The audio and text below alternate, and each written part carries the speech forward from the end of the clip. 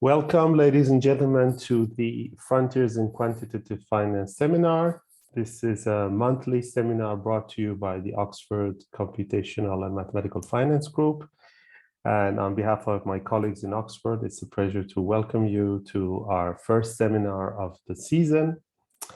We also take this opportunity to thank the sponsor of this seminar, Mosaic Smart Data and Citigroup.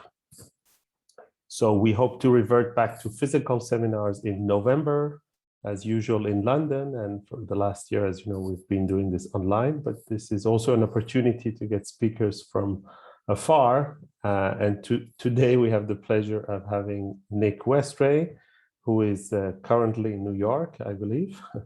That's correct. Right now. So Nick is a well-known quant in the area of algorithmic trading and market structure. He has made many interesting contributions in the research literature, but also I guess he's made also many interesting contributions to his employers because they keep paying him for this. So Nick obtained his PhD at Imperial College London before going to Berlin for a postdoc at Humboldt University in Berlin. And then he started a career in the financial industry, and he started at Deutsche Bank, I guess. And then he worked at Citadel, and now he has a new role. And he will talk about it if he wants to. I'm not supposed to.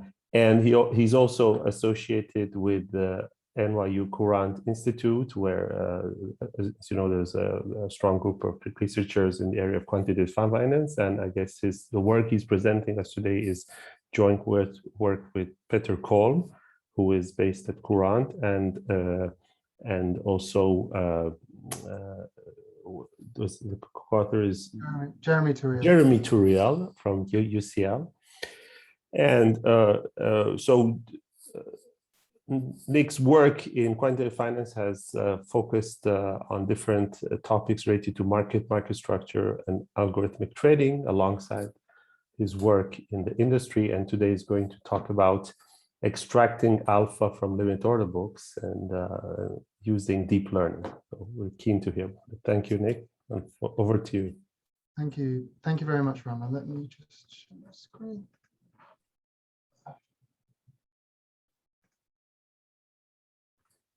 Can you all see that okay? Yes. Okay, perfect. So good afternoon, good evening. Thank you very much for joining the seminar. It's a real privilege to be able to give a talk here. I'm going to speak today about some work I was doing with Peter Kolm and Jeremy Turiel, thinking about how you might extract for high-frequency forecasters from the limit order book.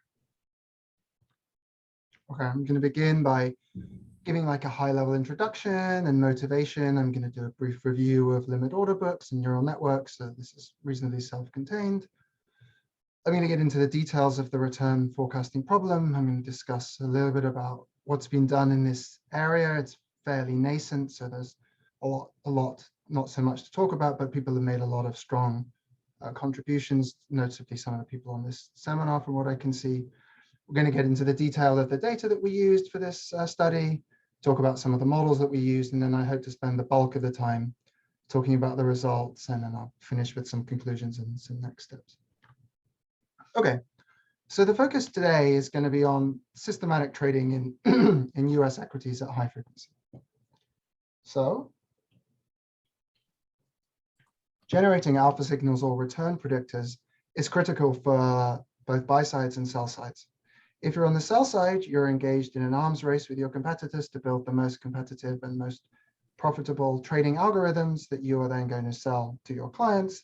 And in order that you get best slippage, you're going to want to have high quality alphas.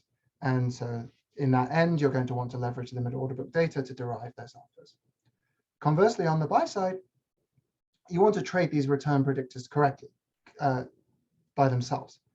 So you are going to develop and deploy these alphas using, systematic execution strategies in a high frequency environment.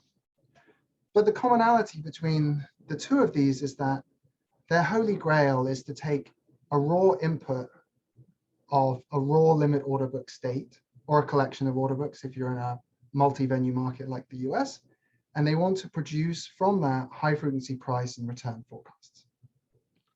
Now, for those who have tried to do this or have experience with this, they will know that this is not exactly the easiest task and that this is enormously challenging for a number of reasons. The first is that I see there's some questions in the chat, I'll take them at the end.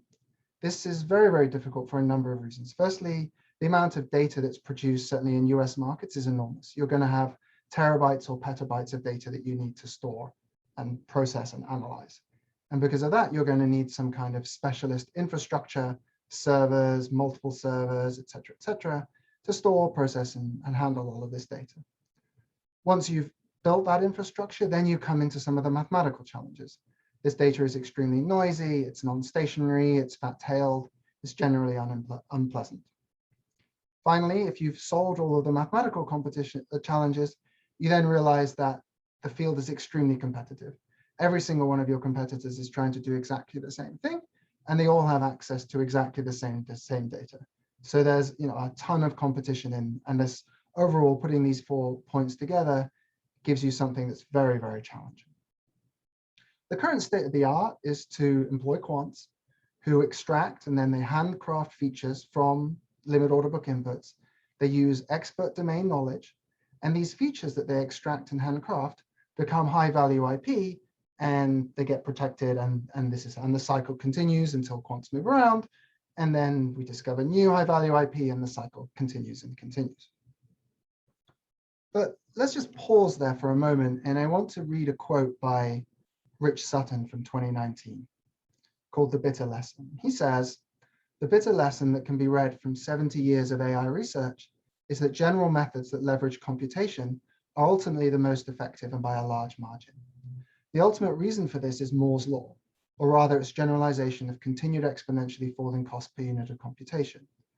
Researchers seek to leverage their human knowledge of the domain to improve performance, but the only thing that matters in the long run is leveraging of computation. These two need not run counter to each other, but in practice they tend to." Now, if we go back and look at the previous point I made, you'll see that we're very much in the state of using human knowledge to try and derive features. And Rich Sutton is pointing out that this historically has proved somewhat futile. And I want to come back to this point again, but before we do that, let's kind of review a few examples of the bitter lesson in practice. Let's start with chess. So the methods that defeated Garry Kasparov were not based on the special structure of chess, they were rather based on massive deep search. Fast forward 20 years and you have Go, where really we're leveraging learning from self-play to discover value functions via reinforcement learning.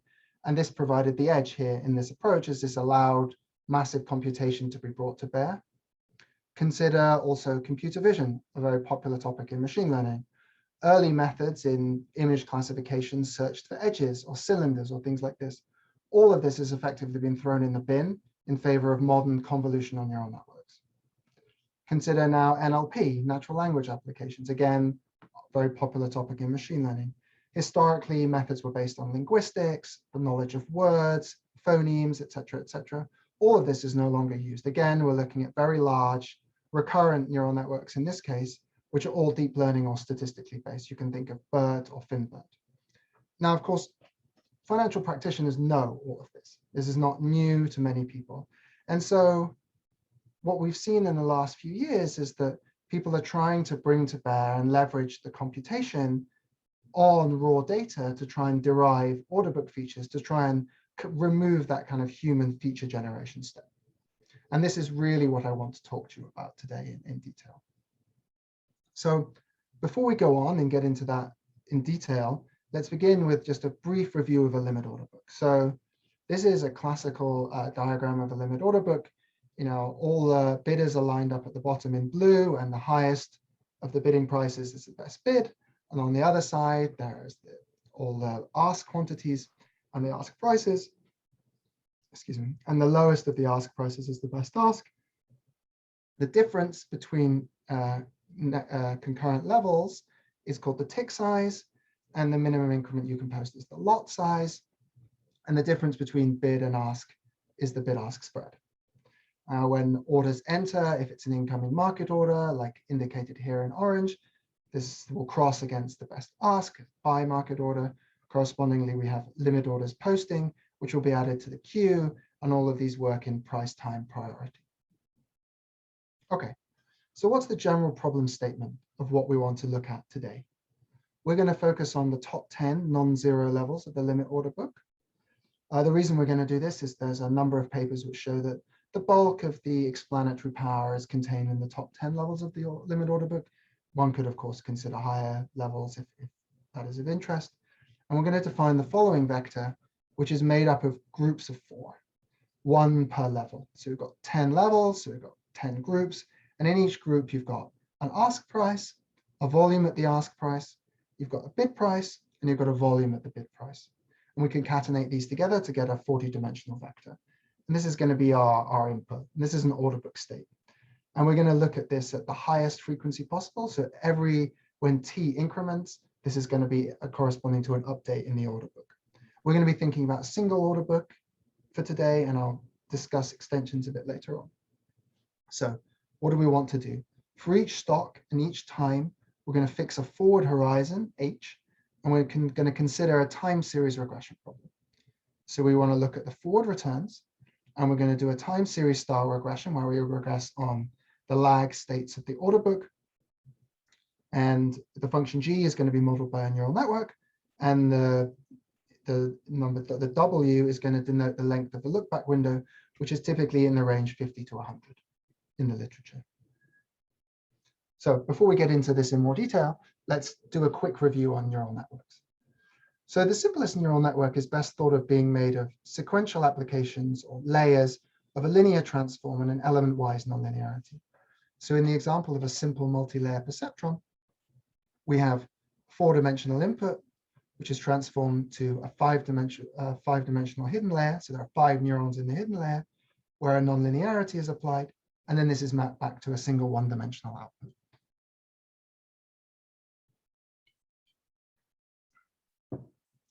More generally, we can have L greater than 1 hidden layers, and they can each have NL neurons. And then you can think of an MLP with L hidden layers of being repeated applications of the nonlinearity F and the linear transform here. And the output Y is given by a final linear transformation of the last state. The function F is commonly called activation, often chosen as the ReLU function, which is what we'll use here. And this can be easily trained using backpropagation, which is effectively a multivariate version of the chain rule. And there are software packages, TensorFlow or PyTorch, which will do all of this for you. And the most important point to take away is that these are universal approximators. So, with enough neurons and enough layers, you can approximate any continuous function that you would like. So we will consider multi-layer perceptrons in this talk, but we will also be very interested in recurrent neural networks. And so I'm going to review them briefly now. The multi-layer perceptron is great for function approximation, but there's no notion of order. Recurrent neural networks were designed for sequence tasks, NLP, time series forecasting, etc. This time, there's an input at each time xt. You can think of this as our limit order book state, together with a hidden state h. And we update the hidden state by doing a nonlinear function of this current state x and the previous hidden state. And then to get the output, we do another nonlinear transform of the hidden state. This can again be trained by backpropagation through time, abbreviated as BPTT. And what really happens is that you unroll the network and apply the chain rule again. There are issues, well-known issues with vanishing and exploding gradients. And so, several recurrent neural network architectures have been developed, the most famous of which is the LSTM, which is a long short-term memory network, which we'll talk about extensively in this talk, but is basically designed to avoid some of these vanishing exploding gradients. The final type of neural network we'll consider in this talk is a convolutional neural network, or a CNN. This was originally designed in computer vision, specifically in image classification. And what happens is you can see the layers, they apply kernels to locally average parts of the image and then apply a nonlinearity. So here we have a 3x3 kernel, which is acting on this image here. And you're going to slide it along here, and that's going to give you the values in the as the output of the convolution. Now, of course, image convolution is not really a lot like finance. So let's try and interpret these convolutional neural networks in the sense of finance. So what you want to do is you want to think of your order book as a matrix. So along the columns, you might have the order book state, and then you'll stack these order book states through time going backwards.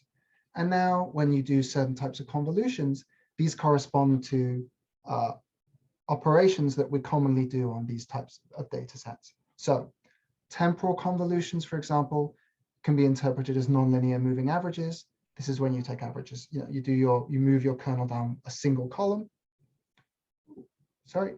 Spatial convolutions, on the other hand, is when you move across the rows, across the column, sorry, and you now aggregate information across the different levels and the different sides of the limit order book. The most well-known model of this type is called Deep LOB, which is created by some authors at Oxford, and they sequentially apply spatial and temporal convolutions, which process the order book effectively into a series of features. These convolutional layers are commonly used as a pre-processing step, and the resulting time series is used as an input to an LSTM. And you can train this whole thing end-to-end via backpropagation through time again. Okay, so now that we've talked a little bit about neural networks, let's try and cover what's been done in this area. So neural networks have seen huge success in NLP tasks as well as image classification. So commonly existing literature leverages this and reformulates the regression problem of return forecasting as one of classification. Commonly, you find there are either two groups, up or down, or you find there are three groups, up, down, or stay the same. And there are three main groups of authors who focused on this problem. Santikidis and co-authors, they are based in Finland, and they've been focusing on 5 Finnish stocks listed on the NASDAQ OMX.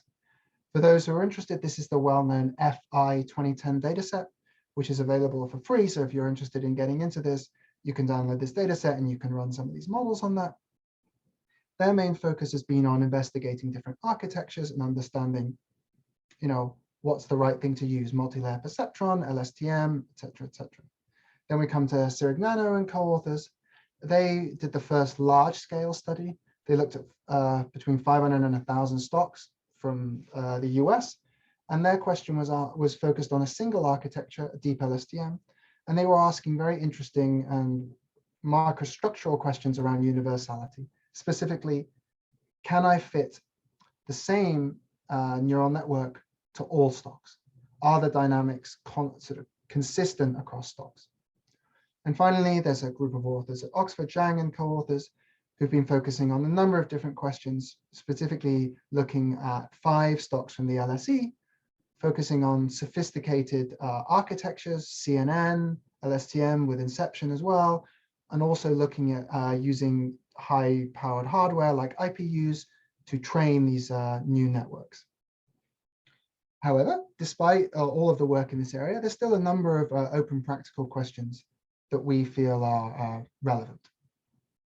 So what are they? So the first is that, can we really scale these models to a large universe of stocks? If we want this to work in production, then we're going to need to do fitting across thousands of stocks potentially for the US, maybe even close to tens of thousands if you want to do this globally. Okay. Second, how should I transform the raw limit order book before inputting it into the neural network, if at all? I'm going to expand on this a little bit more in a minute. Second, what kind of horizon do these alphas have? So if I'm extracting predictors, how far ahead can I predict? And what is that useful or not? One might find that you can predict only far enough ahead that you can't actually trade it before the price has changed. And then we want to look at sort of microstructural properties of the predictive performance. So can I identify stocks based on their microstructural performance or characteristics, which will tell me if this is going to be good for deep learning or not? Finally, I want to ask, are there recommendations for practitioners when choosing between architectures?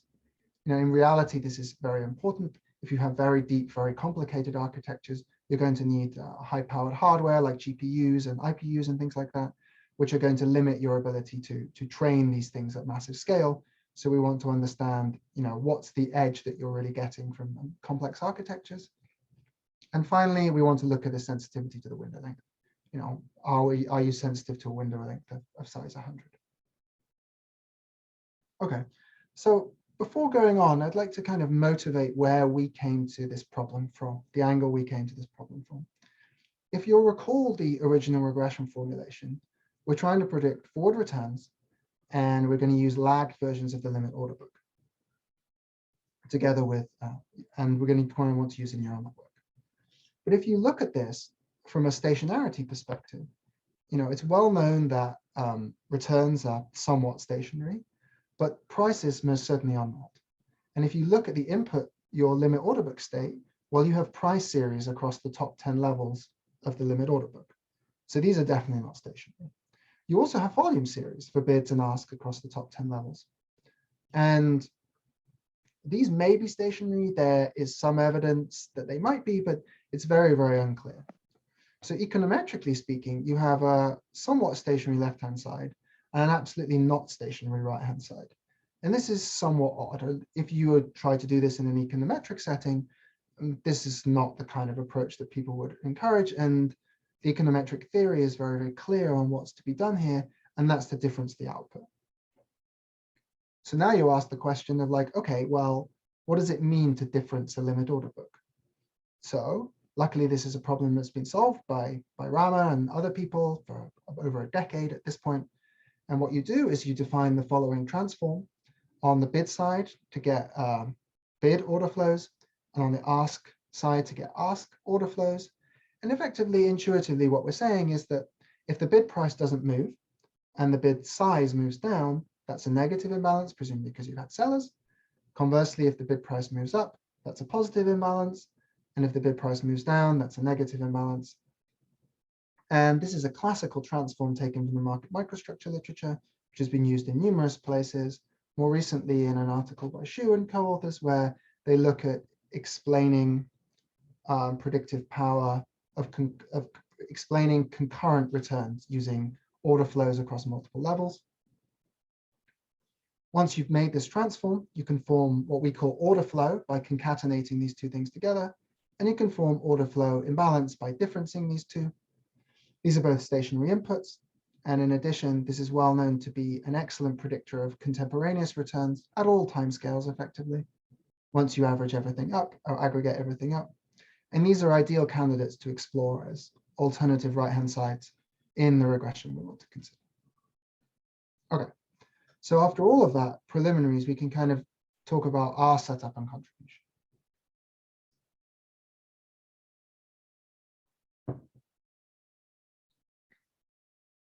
Okay, so we'll recast the problem as a standard regression problem. And we're going to include multiple horizons in the output. And we do this as we believe that if you think about an algorithmic trading application, if you're thinking about potentially crossing spread or posting in limit orders, you'd like to have an idea of where the price is going to go in the future so that you can evaluate the value of time in these decisions. So we're going to have a multiple horizon forecast, and we're going to do a similar kind of time series regression, where we're going to regress on lagged versions of the order book, as well as order flow, and compare what the effect is of different right-hand sides are on the regression. We're going to compare multiple architectures across a large set of symbols, and we're going to explore the relationship between stock characteristics and model predictive power. So now onto the data that we used. We used data for the time period January 1st, 2019 through January 31st, 2020. Our source of data was Lobster, which is a startup in Berlin. They provide high quality limit order book data, and they're strongly recommended. They provide it for the NASDAQ exchange only, so we're looking at single exchange data. Our symbol universe and symbology all came from words, and we constructed our symbol universe as follows. The symbol was a member of the NASDAQ 100 index at some point during the time range. The symbol has data for at least 260 trading days during the time period, and the symbol has no corporate actions during the time range to avoid difficult issues related to data processing and normalization. We have a fairly diverse universe. It covers many household names and sectors. We have Amazon, American Airlines, Facebook, Google, etc., etc. This data set's very large. It's about 10 terabytes uncompressed, and you need specialist infrastructure to process and store it. And we made heavy use of the HPC environment at NYU, and I'll talk a bit more about that later.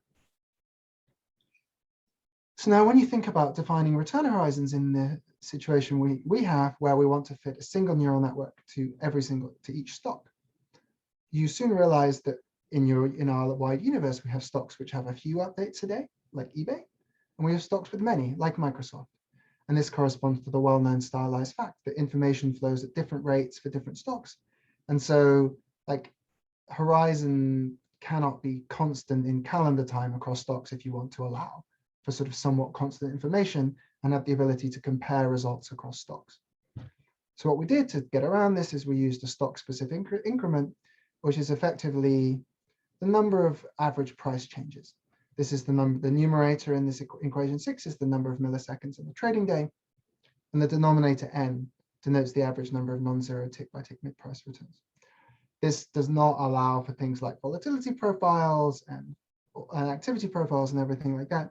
These could be incorporated, but for our purposes, this allows us to compare across stocks, which is really what we want to do in this work.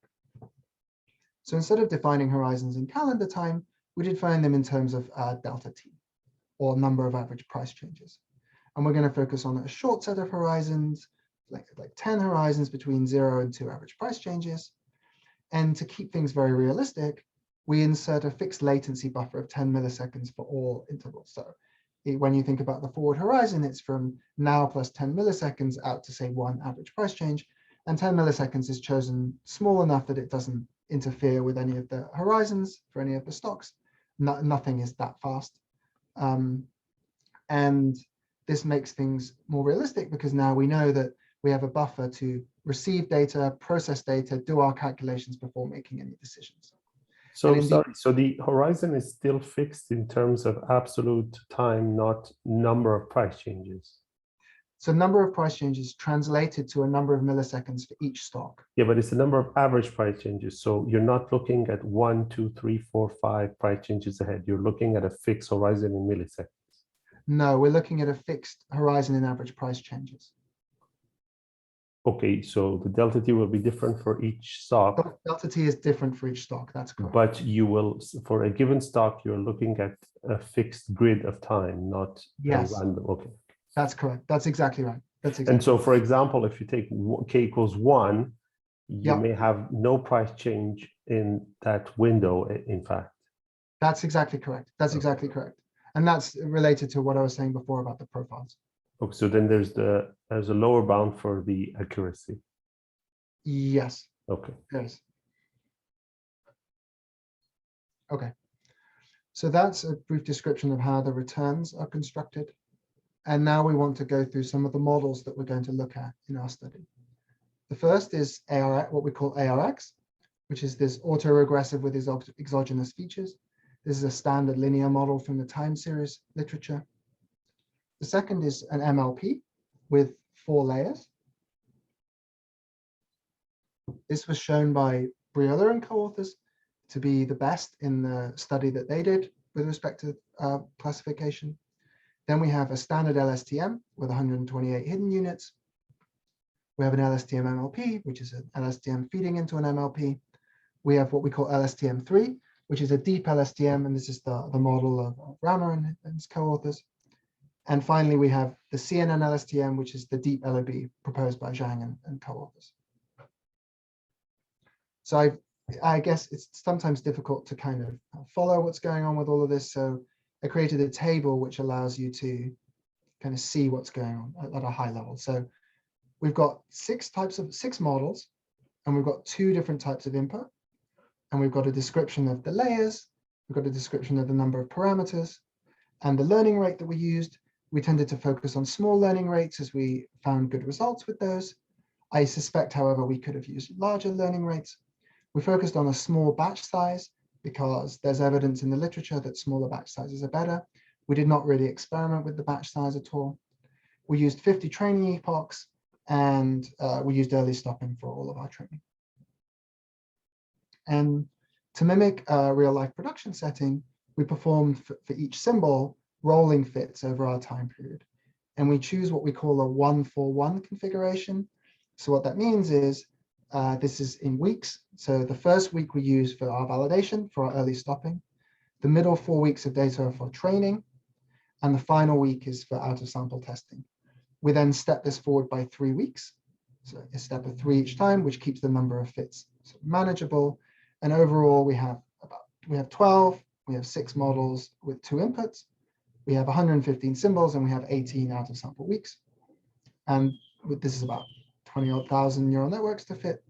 We apply Windsorization and Z-scoring to all the independent and dependent variables, which we used in regressions. And of course, we cache all of these transforms so that, like, when you do your in-sample transformations, you can apply the same transformations to out-of-sample. Okay, fitting. So trying to train 20,000 neural networks or something like this is very hard without GPUs, which offer a very large speed up. And we made heavy use of the NYU Green and Hudson HPC environments. And there's some details about cores and GPUs and RAM, etc. Which, if you're interested, you can see the hyperlinks below. The code was written in Python, and the neural networks were trained using TensorFlow and Keras. And we used the Adam optimizer for our stochastic gradient descent. For the LSTM and the CNN LSTM based models, we really needed the GPU.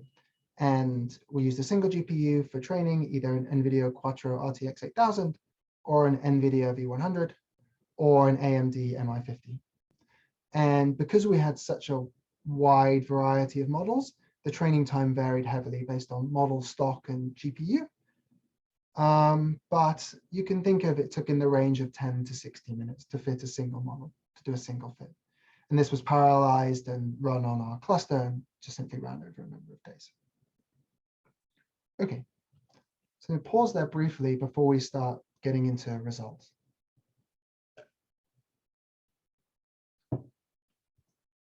So our results are a 4D array, and the dimensions are model, stock, out-of-sample dates, and horizon. And by model here, we think of a combination of like an architecture and a right-hand side input.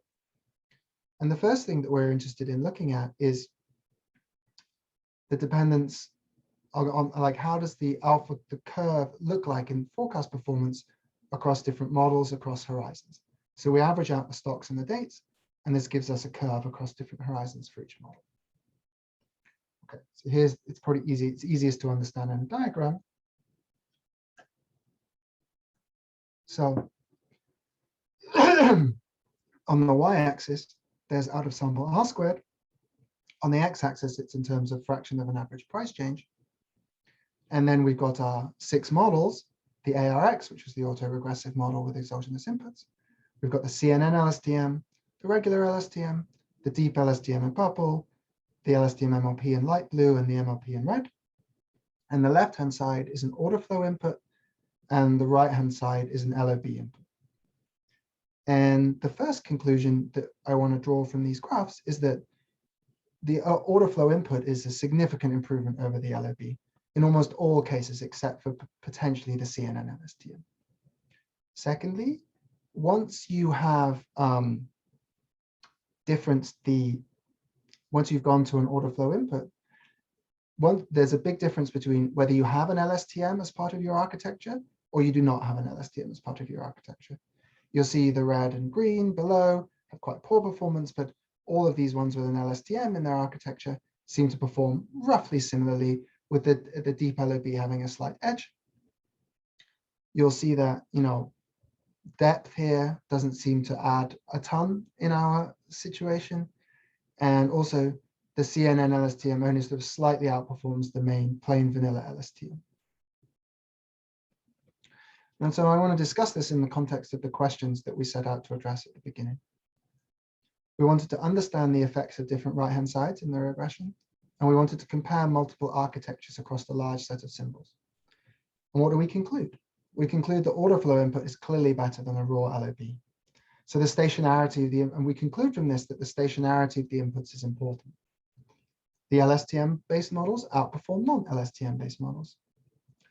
And the depth and CNN layers do not seem to hugely outperform plain LSTM after you've converted to order flow. Moreover, we have significant alpha at all horizons for the order flow models, The R squared is small, but we potentially have high profitability due to the shortness of horizon. But of course, this is all going to be dependent on transaction costs and implementation strategy. And all of these conclusions can be made formal via statistical testing, and you can read the details in the paper if you're interested in that.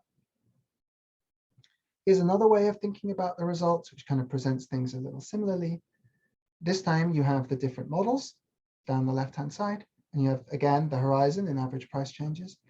And what we did is you can rank the models from 1 to 12. And then you can simply average the ranks instead of averaging the R-squareds. This gives you an idea of how close these really are in the top 3. They're really quite close together. Okay, so that's what I wanted to talk about in terms of like stationarity or non-stationarity. And we sort of concluded that a regular LSTM model with an order flow input is really quite a good, relatively non-complex model. And so next we want to get into using stock characteristics to study model performance. And the characteristics we want to look at are tick size, which is the fraction of time that spread is equal to a penny. So large tick stocks are going to have value approximately 1. We're going to look at the log number of updates per day, the log number of trades per day, and the log number of price changes per day, common kind of high frequency statistics. And all of these numbers are computed per stock by averaging across the time period. Okay. Before we jump into the results, I just want to highlight some of the correlation amongst these characteristics, as will be not surprising to most of the people in this call. There's a high degree of correlation between these characteristics as stocks kind of group together into small clusters. But the main thing I want to highlight is that one of the things we're going to look at later is the log of the updates over price changes, which is highly correlated with the tick size. And this is something we're going to look at to explain performance later on. Okay, so what was our methodology? So first, we recall our 4D result array. And this is indexed by model, by stock, by out of sample dates and horizons. So to keep things simple, we fix the model to be the LSTM with the order flow input, and we averaged across horizons and out of sample data points. And we were left with a single out of sample R squared per stock. So we have 115 points, and we can then plot these against the stock characteristics in the scatter to try and understand things better. You can repeat this, of course, with the CNN LSTM or the LSTM MLP, and you will find the results are almost exactly identical. Okay, so here's some plots to illustrate the cross-sectional performance. We'll go around the panels in order. So in panel 1, I'm regressing the out of sample R squared against the tick size. And you can clearly see a monotonic nonlinear relationship. In panel 2, we look at the number of updates on log scale. And again, you have an increasing relationship. It's weaker for trades, but again, an increasing relationship on log scale. And finally, we have price changes, which is sort of fairly weak and noisy. And I think this is probably noise, the downward sloping regression line. But nevertheless, there are clear dependencies on updates, tick sizes, and tick size and trades. And we do a full regression analysis of this, and we show that the best characteristic is in fact a combination, the log of the updates over the price changes. And this explains performance with an adjusted R squared of 75%. So why is this? Well, when you have a large number of updates over price changes, you have a fairly stable order book with lots of updates per price changes. This is also a property of large tick stocks because we showed that log updates per price change is highly correlated with tick size. So you have lots and lots of data, and you have complicated patterns forming between the time series of the imbalances and the price changes. And the LSTM model is able to capture and model this. Also, we have good out of sample performance across the vast proportion of our universe. These results are perhaps not so surprising, and this has been raised in a recent article by Jean-Philippe Couchot, points out that this is related to, he stresses in a recent article on the inelastic market hypothesis, the value of order flow, and that when you have lots of order flow, you can have lots of complicated patterns emerging, and that's why generally it is common to find a better forecasting power for large tick stocks or stocks with large number of log updates over price changes. Okay, this is a graph of showing you the performance of the R squared out of sample against the log updates per price changes. And if you're interested, you'll find many, many additional results and robustness checks in the paper. Specifically, we look at how far ahead can we predict returns. Typically, it's about 2 to 3 price changes. How sensitive are the results to the fixed window length? W is 100. Interestingly, we find not very. We also look at what happens if you use OFI or volume only limit order book states. So one might think that the prices are definitely non-stationary and are making things difficult for the network to learn. Actually, that doesn't seem to be the case. Removing the prices helps a little bit, but really doesn't beat order flow or order flow balance. We also provide a motivation for why you might prefer the LSTM architecture in terms of inductive biases, which is a sort of new concept from machine learning literature, which effectively is usually formulated in a Bayesian framework and asks the following question. It asks, what is the likelihood of my data under the model I'm looking at? So for an LSTM model is naturally sequential in nature. And so it's going to give rise to data sets which are naturally sequential in nature compared to something like an MLP, which has no notion of structure or order whatsoever. And because of that, we believe that the LSTM is a good fit because it's naturally sequential in the same way that an order book is naturally sequential. Okay, so I'm going to kind of conclude here. What have we done? We've built a framework which evaluates different inputs and deep learning models for return predictions. We've shown that stationarity of the inputs is critical to getting good outcomes. We've shown that universality might need a second consideration as the model results have strong microstructural dependencies. Although, of course, you could have the same model and still have strong microstructural dependencies. We've shown that simple architectures seem to perform as well as complicated ones. And what might we do to extend? Well, we want to better understand the relationship between classification and regression. There's a lot of literature right now on Bayesian deep nets and how they can better estimate uncertainty, which is something that would be very, very useful in this kind of forecasting context. Can we use the kind of apparatus we've got here to do volume prediction? And what about including additional limit order books or asset classes, futures, FX, something like that? And if you like this, then you can find more details in the full paper, which is available on SSRN, and you can download it from the link here. And I'll finish with some references. For those of you who are interested in this area, there are a lot of very interesting references I encourage you to read through. And this is an area that's sort of very nascent and growing recently. So if people are interested in collaborations or interested in getting into this a little more deeply, please feel free to reach out to me or some of my co-authors. We'd be delighted to talk to you about this in more detail. So I'll thank you all for your attention, and I'll be happy to take questions. Thank you very much, Nick, for this very interesting talk. A lot of content here. So we have many participants tonight, 140. So I guess there will be some questions. Not all of you will get the chance to ask a question, otherwise we'll not be having dinner here. So please go ahead. If does anybody have a question?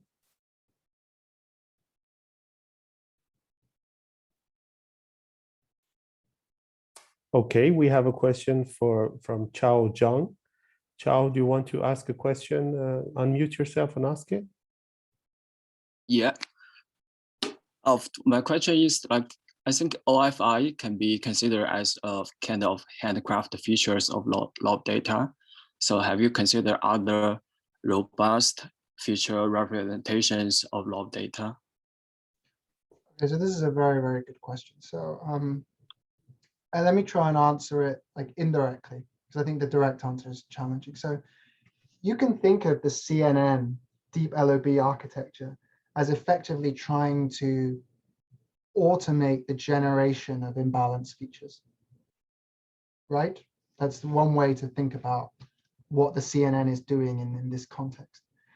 And given that it's kind of similar to an LSTM with OFI input, we kind of think that it's very, very difficult to construct these imbalance features. These are quite difficult to construct. And so we've not explored this extensively. Are you thinking of anything in particular?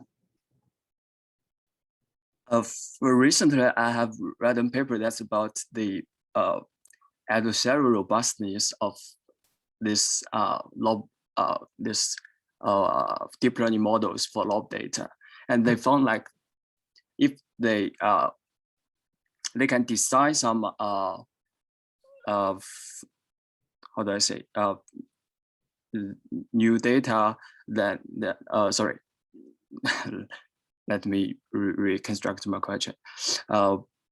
They can generate some new data then that can make the model collapse, and this model are trained on the raw log data. So that interesting, like more robust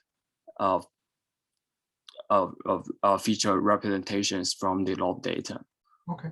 It's not something I'm familiar with. That sounds very, very interesting. Please forward me that reference, as I've not seen it.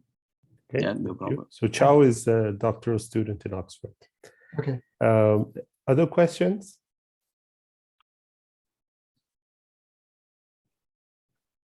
Okay, we have a question. I have a question, Rama. I'm with the wrong name here, but I have a question. I don't know if you see me. Okay, Alvaro Cartea, our colleague from Oxford, with a fake name. Well, I just didn't find the link. You're hiding. So I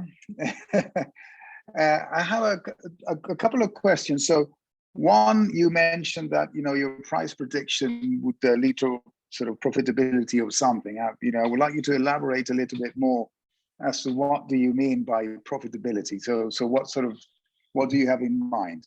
How do you sort of trade around your price prediction? Is it just speculative trades and so on? And the other one is more of a question comment. So you're sort of estimating price moves, right? That's what you have here in mind. But can you also use your technology to sort of predict the probability of the next message coming into the book? For example, a cancellation or an improvement in the bid, or a new limit order on the ask. And if you can do that, have you thought then about predictions of prices conditioned on the next move in the book or next message in the book being one of these sort of messages that change order imbalance or change what's posted at the best bid and ask and so on? Okay. These are excellent questions, as always. Thank you very much, Alvaro.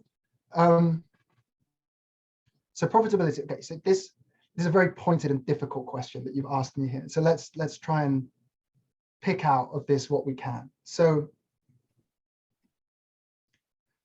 it's impossible to make any statements about profitability without a full trading system and detailed discussion of implementation, which is far outside the scope of what we're trying to do here. However, you could think of people who have existing structures, systems for trading, who could use these alphas in a plug-in way. And I think the argument that's being made here is that they would be accretive in this kind of scenario. If you have a high frequency trading algorithm today, you have some alphas today. You could add these to your alphas, and our belief is that they would be profitable.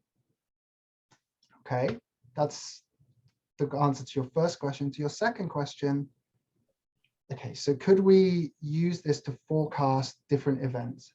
I think I've seen a paper where they do something like this by a master student from Sweden. I suspect it is possible. I would have to think about this in more detail. And then, yes, of course, once you know these things, once you know these events, it's going to make it difficult. It's going to change the way you think about future dynamics in the order book. But no, we have not explored this in detail. Thank you. Okay. Other questions?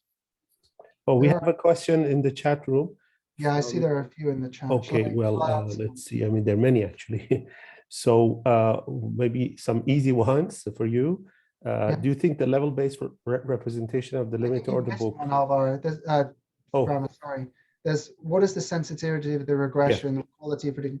Not very sensitive at all. This is something that's quite intriguing to us, and we need to do further work to understand this some more. You'll find some more discussion of this in the paper. Okay. Okay, do I think the level-based representation is suitable for convolutional layers? I'm not sure. I'm not sure. That's one of the reasons I think we went to the transformation to imbalances, as we found that to be easier for us to work with. But others have found success using this, so I don't want to. Well, maybe I can comment on this, because we actually tried this in our paper with Justin before moving to the final architecture. The answer is not really, because if you use a convolutional structure, basically you're going to, you could learn to difference in the order flow. You could learn to calculate the order flow imbalance by differencing, but the problem is when you have lags, you are comparing, for example, the third level at the current position with the third level 5 lags ago. But these are not the same price levels, you see. So the order flows to a fixed price, but then your third level is not the same at different lags. So for this reason, the difference, the linear operations that you do in a convolutional network are not necessarily the natural ones here, because you lose track of where the mid price was. So I guess that messes up a little bit the basic operations you want to do in a convolutional. I've seen people difference versus mid. So difference everything versus mid, which kind of sorts out the relative issues a little bit, but I agree, it's still challenging. Okay, is it profitable to use these models on stocks with lower volatility and where the promoters trade less? This is very difficult to see. I think you'll have to refer back to the answer I gave to Alvaro on profitability. Does the number of updates you used as a feature also include orders being placed and removed that are not executed? Can I obtain that number if I only have the market? I don't think I understand this question. I'm sorry. Sorry, Marcelo. Oh, I can ask right away. So give me a moment. Or no? Okay, can you hear me? Yeah, I can hear you. Okay, so my question is, I have basically I have the many updates that are being done to an order book. So I have basically all the buys and all the sells that happen in an order book. No. We have every single, like, think of the data set as being a restatement of the state at every single event. So all updates, cancellations, executions, everything. Okay. So it does include orders that are placed, but not necessarily executed. Yes, exactly, yes. Okay, perfect. That was it. Thanks. No problem. Okay. Eric, have you looked at the probability distribution? We have not. This is an excellent question. Thank you very much. Eric's question was, have you looked at the probability distributions that some of these deep learning architectures are learning from? No, we have not. It's something we need to explore. Okay, on what basis do you conclude that you can only predict 2 to 3 ticks into the future? Given that signal typically realize exponentially lower, it doesn't mean okay, this is fair. I think we are looking for, we are just trying to ask, what's the horizon over which the predictive performance is maximized? Recognizing that this is not the same as Sharpe or profitability or anything like this. Okay. But this is a fair comment. Thank you. Okay, Thomas has a question. Rather than using raw returns of stock, could you use excess return or residual from pre-processing to reduce as entered tomorrow? Okay, so this is a good question. It's very difficult to calculate, like for some notion of excess return, you want to use some factor model, some high frequency factor model to detrend these time series. Common factor models that are available are not designed for limit order book data. They're really designed for sort of daily frequency or like 10-minute bins or longer. So we would have to construct a factor model ourselves to do this. But remember that everything's being centered, right? Everything's being centered when it's fitted. So some of that is happening. But it's a fair point. Okay, Chris. Are there any advantages on LSTM-based architectures of other neural network architectures for temporal forecasting, e.g. these attention-based or other? Okay. Was there any investigation into model interpretability and the learning of the LSTM? You just shout value sensitivity inputs. Okay. All right. So there are some. LSTM-based architectures can be trained on the CPU. They don't necessarily need a GPU if they're not that big. That's a massive advantage in a kind of practical setting. The paper you're referring to, like sequence-to-sequence based models, I have a difficult time wrapping my head around them. Sequence-to-sequence models are commonly used for translation, where you parse the input sentence and then you translate the output sentence one word at a time. It's very difficult to understand how to interpret that in the setting that we have here. Consider like we have 100 updates, right? So I process the 100 updates to get that's my first input sequence. And now I want to start processing the returns one at a time. But my returns are across 10 average price changes, or sorry, 2 average price changes. And so the updates are changing as I attempt to step through the returns. This is very difficult to interpret. Like when you do translation, the input sentence is not moving as you step through the output sentence. But in the world we have here, as you start to step through the returns and feed them back into the model, for the decoder, the updates are changing. So this is quite challenging. For me, this is quite challenging conceptually, just to wrap my head around what you actually want to happen here. These questions around model interpretability and learning, Sharp values, etc., to sensitivity, these are excellent questions. They were beyond the scope of what we did in this paper, which is already too long for my tastes, but it's definitely something that I think we will come back to again in the future. Thank you, excellent points. Okay, thank you very much. There doesn't seem to be any other question in the chat room. Any other question in the audience? Well, if not, I'm going to just end with the last question using my joker. So you discuss a little bit about universality. You said that there's some indication that that might not be the case. So what we meant by universality when in the study with Justin Sirniano was what people call transfer learning in machine learning. Okay. So basically, we train the model, the forecasting model, to forecast returns from limit order book data on some stocks where there's a lot of data. And then we tested it on other stocks where we didn't have data, or we just excluded them from the training. And we saw that actually training it on the own stocks data wasn't necessarily better than training it on just other stocks. It was more a matter of size. So it rejoins what Sutton was saying on your slide 2. If you have enough data and train your model on enough data, that's going to be more effective than necessarily training it on the stock you're going to predict, which was pretty surprising for us. So you say that that's not the case in your study, or is it a different notion you're considering? We haven't done transfer learning in our study, but I think what we struggled with the transfer learning was how you're going to normalize.